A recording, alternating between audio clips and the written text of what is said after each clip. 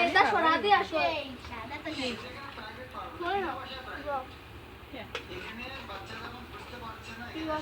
তাহলে বালালে না দিন শালা এই এটাই তো আমি লাগছে জানিস এটা কি দুটো কিছু লাগছে তারপর করতে আবার লাঠি বাঁধতেছে লাগাই না আসছিলাম একটা রাশি দাঁড়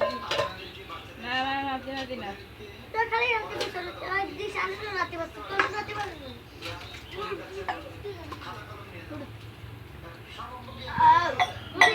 করে যাইছিস